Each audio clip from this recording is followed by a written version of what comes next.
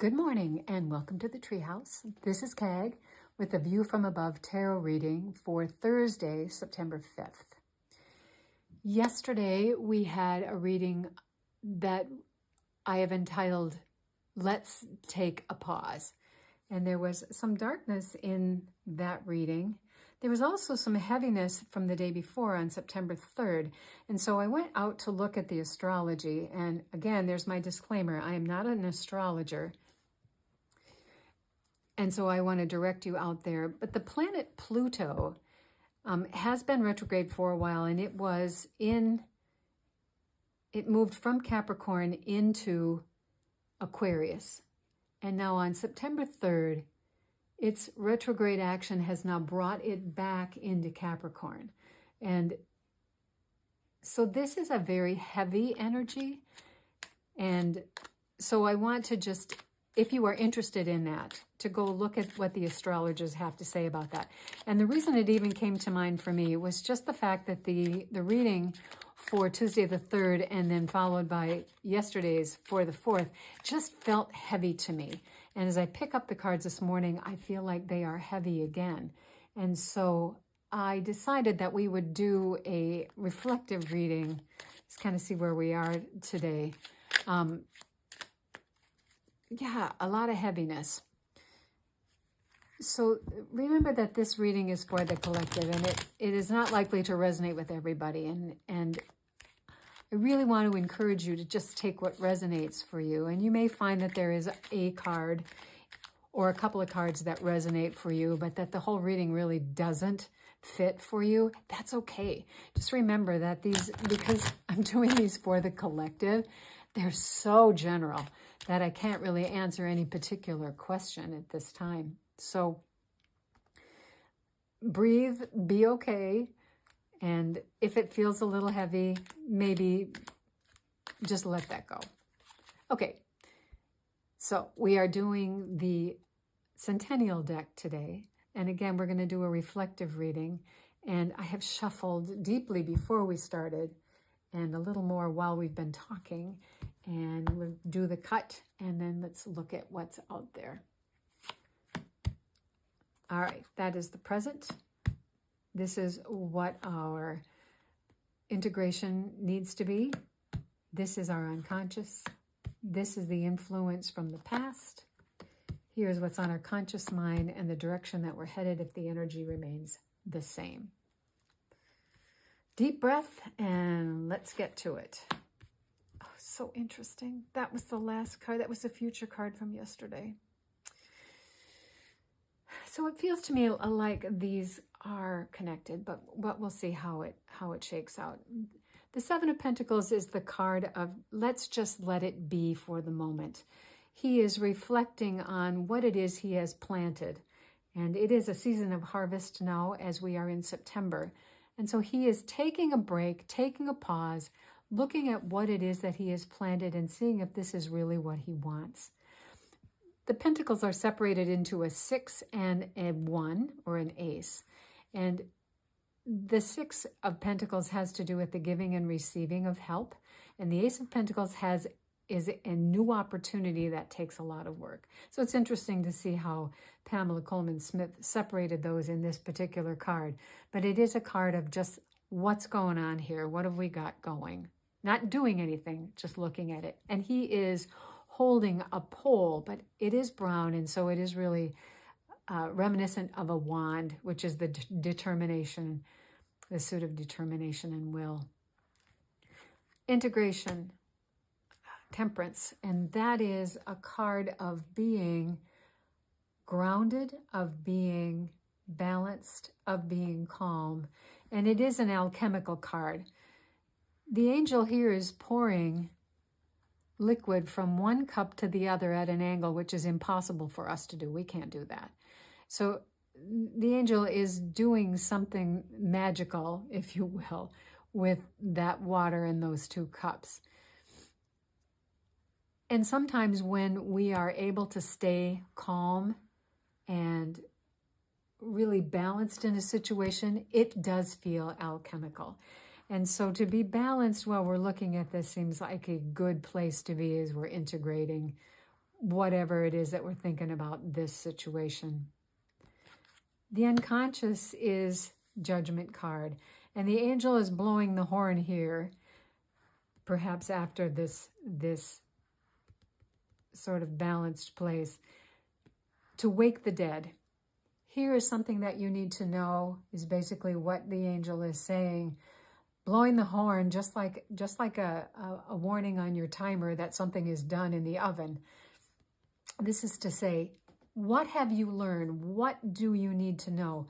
And as I think about yesterday's reading, it was the Ace of Swords, which is a kind of a Damascus moment when something goes, oh my gosh, right? I didn't realize that before, or here's something that I didn't know before.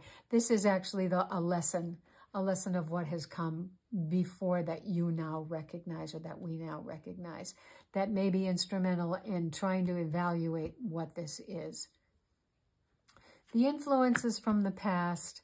Another card of patience, the Three of Wands, is the fellow who is standing at the top of the hill looking at those ships that are out in the ocean. He's launched all three of his ships, and either they are on their way back into the harbor, or he is watching them go out to do what it is that he has planned. So this is a card of patience. It is a past influence. So something that you launched in the past hasn't quite come into being yet, although it may be what you are evaluating here. This is the card of patience, along with the card of balance. The threes are cards of expansion. And if we look back to Tuesday's reading, there was a risk in there with some consequences. So maybe related and may not be related. But this is a card of waiting for something that you have initiated to actually come into fruition, which is very similar to this card here. And another card from yesterday's reading. Remember, this is a totally different deck.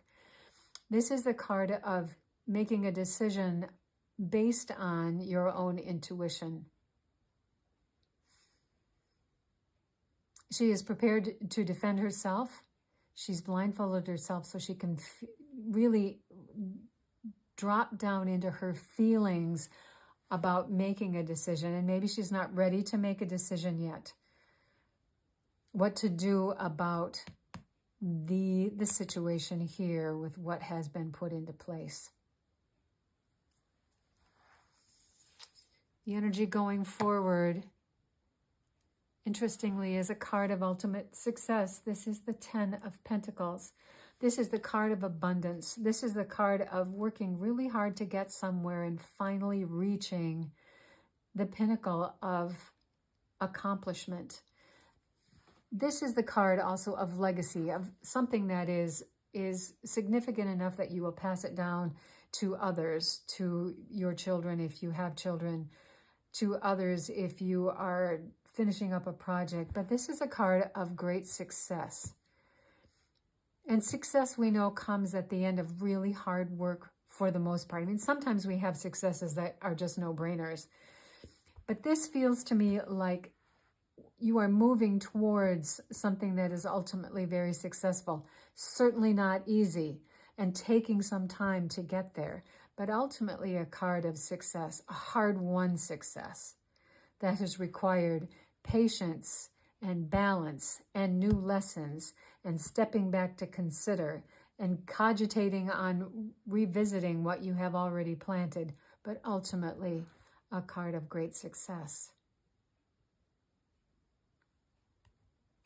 Merryweather is another Pentacles card. This is the card, the Five of Pentacles is the card of loss. And we remember that we had the Five of Cups yesterday, and now we have the Five of Pentacles. And so what Merryweather, I think, has for us is we're not here yet. We're still here.